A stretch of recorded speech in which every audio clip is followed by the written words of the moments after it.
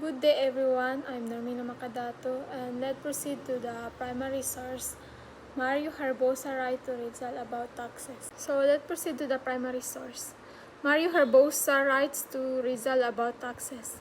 Mario Harbosa to Jose Rizal Calamba, August 29, 1886, letter between Rizal and family members, Manila National Heroes Commission, 1946 to 39 to 41. The tax with regard to your question on this, the answer is very long, as it is the cause of the prevailing misery here. What I can write you will be only one half of the story, and even though Monsignor cannot excuse the subject, I will try to write what I can, though may not be able to give a complete story. You may at least know half of it. Okay, so this refers to the colonial taxation system under Spanish rule in the Philippines during this time. Filipinos were required to pay various taxes, tribute, cedula, force, labor taxes in kind, which were heavy burdens for ordinary people. The cause of the prevailing misery, Herbosa is emphasizing that these taxes are one of the main reasons Filipinos were suffering. Many people were impoverished due to the harsh and exploitative economic policies imposed by the Spanish colonial government. What I can write you will be only one half of the story. Herbosa implies that the full extent of the problem is too large or complex to explain it one letter. There's so much explanation and suffering caused by the tax system that even if he writes about it, Rizal will only understand part of it. Even though Monsignor cannot exhaust the subject, this is a literary reference to Alexander Dumas, the famous French author of and detailed novels like The Count of Monte. The most troublesome are the residential laws in the town. There is no fixed rules that is followed, only their written hands, even if it the only span in size.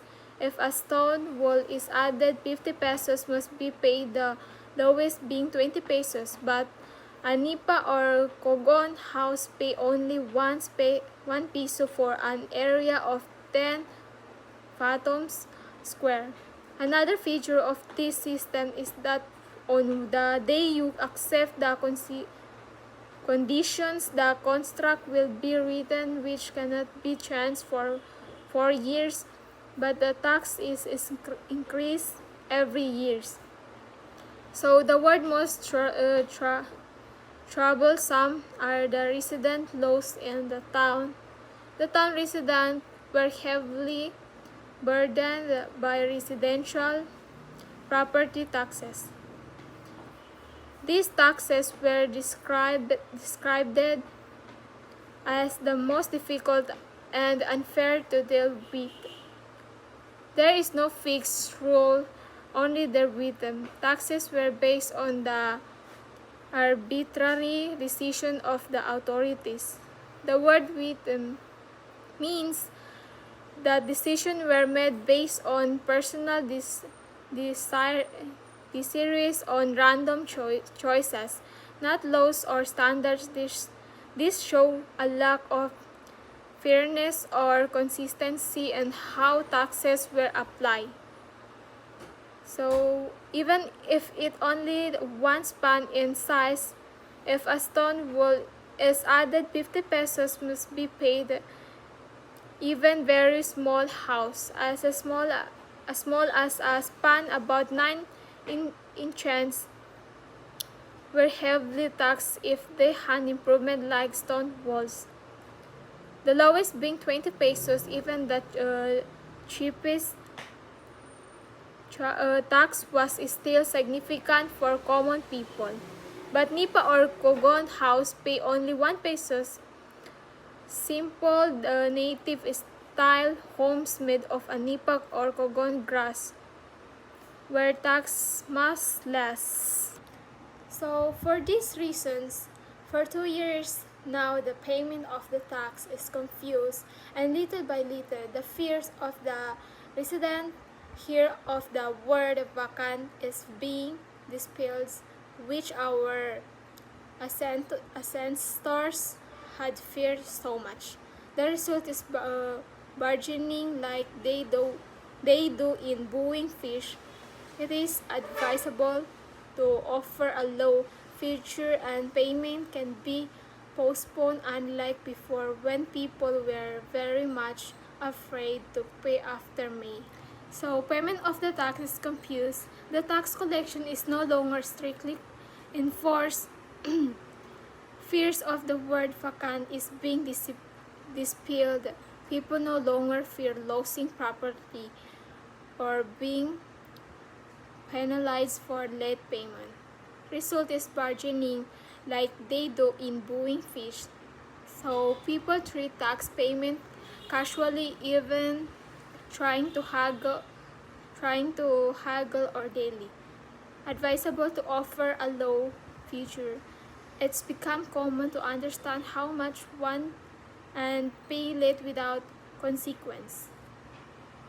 I'm looking for a receipt to send you, but I cannot find any because we don't get a receipt every time we pay. Anyway, it is valueless as it does not state the amount paid.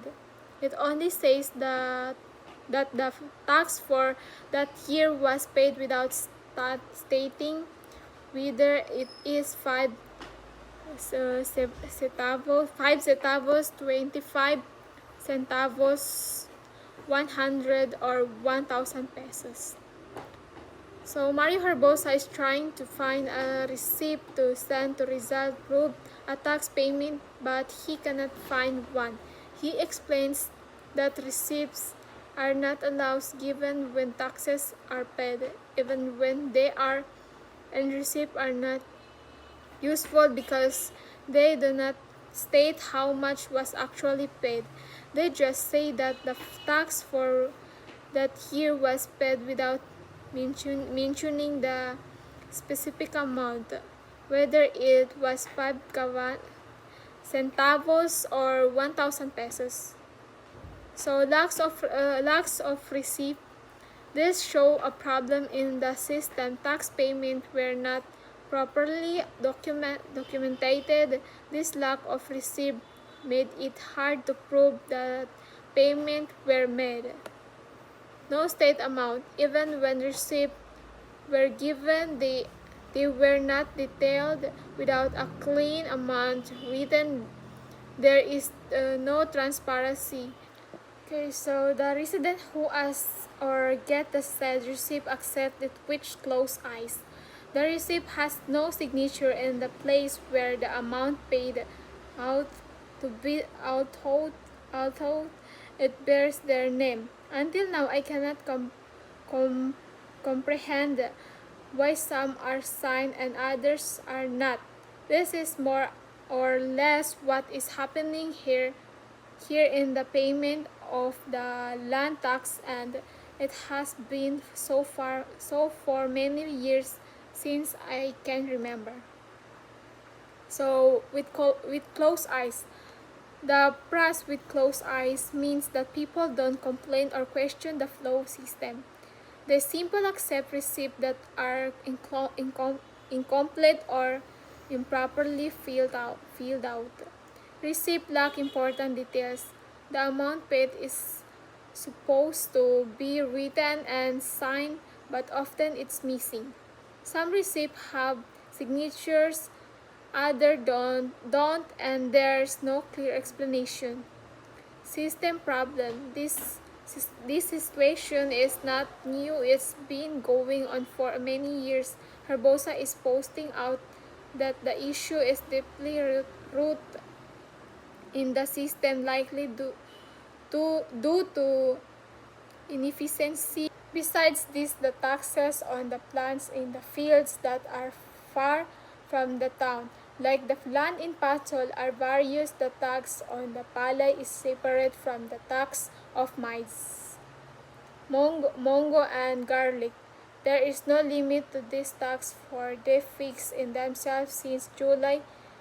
No one's buys sugar, and since June, locals are all over the town, and they are destroying palay is and the sugar can, which is that what we regret here. So there's a separate tax for each crop: palay, rice, maize, corn, mungo, mung beans, and garlic. The problem is that there's no fixed or standard amount for these taxes. The officials just decide the rates themselves. On top of that, since July nobody is buying sugar, and since June swarm of locals have been destroying the palay and sugar cane. So multiple unregulated taxes. Farmers are being taxes separate for each type of crop. There's no fixed rate. Local officials can set any amount they want, which opens the door to abuse or corruption location. Based the tax burden fields far from town, like in Pansol, still get taxed heavily, possibly even more unfairly, despite being harder to reach or manage. Economic hardship. No one is buying sugar since July, meaning there's no market or income for sugarcane farmer. Since June, locate are destroying crops. So the governor gave 50 pesos to pay the catchers or locals, but when they took them to the town hall, they were paid only 25 cents a cavan and a half, and it seems that the locals are not decreasing. According to the guess of the resident here, only 300 cabanas of the coast have caught in this town. Many still remain, though the governor has not sent any more money. The people have not stopped catching them. So small payment for big problem. The governor allocated 50 pesos to fight the locust infestation. However, when people brought in the coast, they were paid very little, only 0.25 per 1.5 cabanas, which is very low compensation for hard work, possible mismanagement, or corruption. It's unclear how the 50 pesos were really used. If 50 well only paid 25 centavos, where did the rest of the money? This raises question of corruption, misallocation of fund, or inefficiency. Ongoing problem. According to the resident, only 300 cabanas of the coast had been caught, a small number compared to how many are still causing damage. The infestation is far from over community spirit, despite lack of support. Even though the government stopped providing money, the people continue catching loss. This shows the releasing and cooperation of the community despite the lack of proper government. So that's all.